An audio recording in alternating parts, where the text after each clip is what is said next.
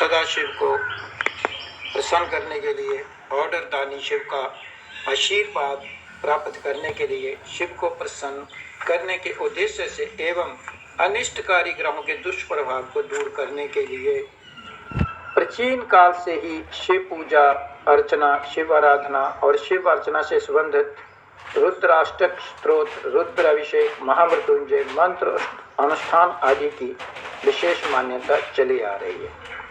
जब भी कोई भी प्राणी जो है वो गंभीर संकट में फंस जाता है, अर्थात उसको ऐसा रोग हो जाता है कि जिस रोग के कारण उसका ठीक होना लगभग असंभव होता है, जब बार बार किसी की दुर्घटनाएं होती हैं, धन की कमी होती है, अन्य किसी प्रकार का कुंडली में कोई अनिष्ट योग है, काल सर्प योग इत्यादि कोई भी योग है, तो उससे मुक्ति के लिए जो है वो शिव की आराधना जो है वो की जाती है।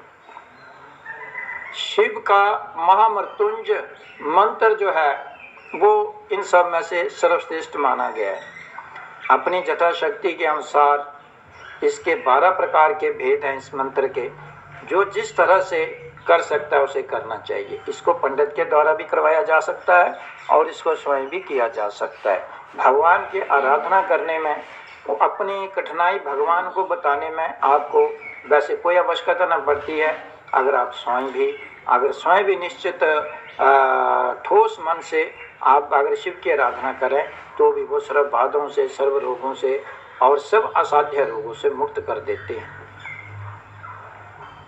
महामृत्युंजय पाठ जो है ये योग्य ब्राह्मणों द्वारा भी जो है वो किया जाता है, और इसके साथ अगर कोई स्वयं भी करना चाहे तो भी साधारण तौर पे इस मंत्र को, इस महामृत्युंजय का पाठ जो है वो कर सकता है। लेकिन इसमें ये ध्यान देना चाहिए, इसके जो शब्द हैं, जो इसके बीज मंत्र बीच में आते हैं, जो बीज मंत्र जो आते हैं, उन बीज मंत्रों का जाप जो है वो शुद्धता से करना चाहिए।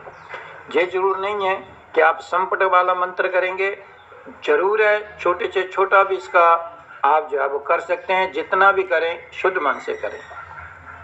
महामृत्युंजय अनुष्ठान का मुख्यतः कुछ एक विकट परिस्थितियों में ही किया जाता है। साधारण तौर पे इसका पाठ करने से विकट परिस्थितियां पैदा ही नहीं होती। कोई व्यक्ति लाइलाज बीमारी की चपेट में आ गया हो या आ रहा हो और निरंतर इलाज से बीमारी नियंत्रण में ना रही हो तो भी इसका जाप करना चाहिए। नगर बस्ती में किसी भयानक संक्रमण रोग ने दस्तक दे रखी हो तो भी इसका पाठ जो होता है वो लाभदायक होता है। अगर ज्योतिष ने फल कथन में अकाल मृत्यु का जिक्र किया हो, जिसको कहते हैं कि इसको मार्केश पड़ा हुआ है, उस अवस्था में भी इसका पाठ अत्यंत लाभदायक रहता है। किसी कारणवश पारिवारिक सदस्यों में पति पत्नी के मध्य कला हो, क्लेश हो, अविश्वास की भाव बढ़ने लगा हो, या दोनों में लड़ाई झगड़ा रहता हो तो भी ये पाठ जो है उनकी काफी सहायता करता है। व्यक्ति अनायास किसी दुर्घटना का शिकार बन गया हो, या उसका जीवन एक खतरे में आ गया हो, जब बार बार उसके एक्सीडेंट हो रहे हो, जब बार बार उसको भय लग रहा हो कि मुझे कुछ होने वाला है, तो भी ये पाठ जो है उसको इस भय से मुक्त करता है।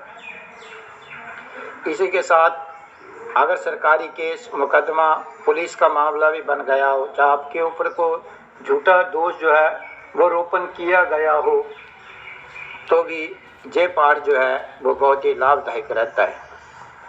ये इतना चमत्कारी पाठ है कि इसके पाठ करने से हर प्रकार की बाधाओं से जो है वो मुक्ति मिल सकती है। प्रिय बंधुओं, प्रिय साथियों, इसका महामृत्युंजय का पाठ जो है वो किसी योग्य ब्राह्मण से जो है सबसे पहले इसका मंत्र जो है उसको आप जो है वो सीख लें, और सीखने पर शुद्धता से करने के उपरांत जो है साधारण तौर पे इसे आप कर सकते हैं। मैं इसमें आपको एक अपना अनुभव बताऊंगा, और उस अनुभव के आधार पे मैंने इसका हमेशा शुभ ही फलादेश देखा है। कोई आदमी जो पैसा खर्च नहीं कर सकता हजारों रुपए, वो स्वयं भी इसका पाठ करके इसका लाभ उठा सकता है।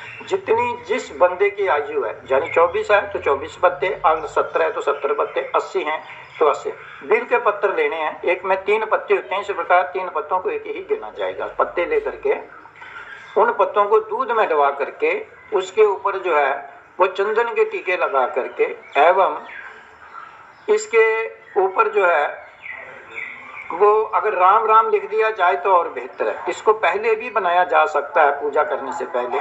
फिर आजू के बराबर जितने भी पत्ते होंगे फिर ध्यान से रखना, इसके ऊपर राम राम तो स्केच से आप लिख सकते हैं, उसके ऊपर दूध में डुबाना है, फिर इसके ऊपर 3 टीके लगाने हैं और भोलेनाथ भंडारी को चढ़ाना है।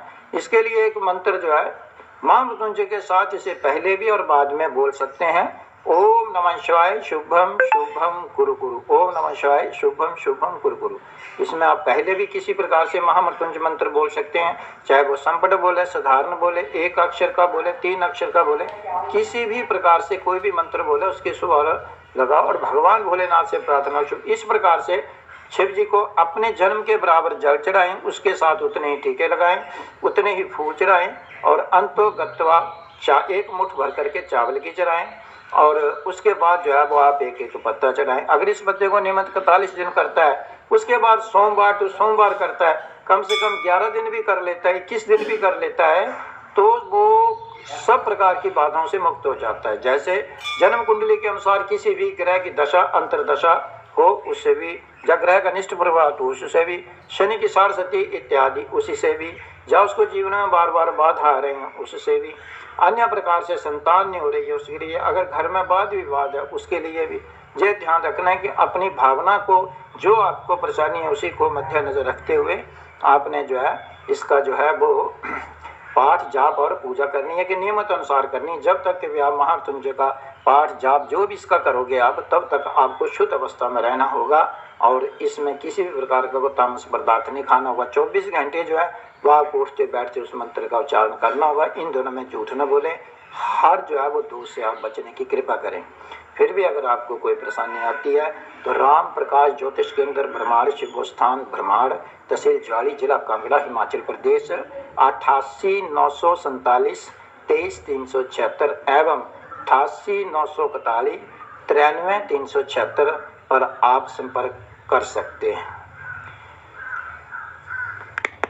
महामृत्युंजय का पाठ जो है काफ़ी संभल सोच के करवाना चाहिए। कई बार अगर ये गलत पाठ होता है, या ग्रह कमज़ोर हो और कमज़ोर ग्रह के बीच में अगर इसका पाठ कर दिया जाए, या इसके पाठ की आवश्यकता अगर जन्म कुंडली अनुसार ना हो, ये पाठ जो है वो विशेष परिस्थितियों में ही करवाया जाता है। अगर आप इसका पाठ करवा लेते हैं तो उस घर में एक प्रॉब्लम आती है, बीमारी बढ़ जाती है, फिर उस संपूर्ण घर में जो है वो एक परेशानी आ जाती है। विशेष करके जब भी आप शिव जी से संबंधित कोई भी उपाय करते हैं तो अगर आप बीमारी को लेकर के, अर्थात 2 प्रकार के पाठ होते हैं। एक होते हैं जो हम लोगों के लिए करते हैं, निस्वार्थ भावना से पाठ करते हैं, और इसका एक पाठ होता है जो काम्य कर्म कहा जाता है, जिसमें हम अपना हित रख के पाठ करवाते हैं। जो हित रख करके पाठ करवाते हैं, इस पाठ में विशेष तौर पर ये ध्यान रखना होगा कि उस पाठ को ग्रहों के अनुसार पूरे नाप तोल के साथ जो है वो पाठ करवाया जाना चाहिए। कई बार देखिए, एक उदाहरण देता हूँ। अगर किसी को मान लीजिए कैंसर का रोग है और उसके पेट में दर्द है, तो अगर उसको हम दवाइयाँ देते रहेंगे छोटी मोटी, तो बाद में वो कैंसर जो है वो उसके लिए जानलेवा हो जाएगा। इसलिए इसमें एक ध्यान रखना चाहिए कि जब भी कोई पाठ करवाना है, जब भी आप इसका पाठ करवा रहे हैं, अन्यथा और भी को पाठ करवाना, तो उसको काफ़ी सोच समझ के कराएं। और पाठ के समय जो है पाठ करवाने वाला एवं पाठ करने वाला दोनों को शुद्धता का विशेष ध्यान रखना पड़ेगा।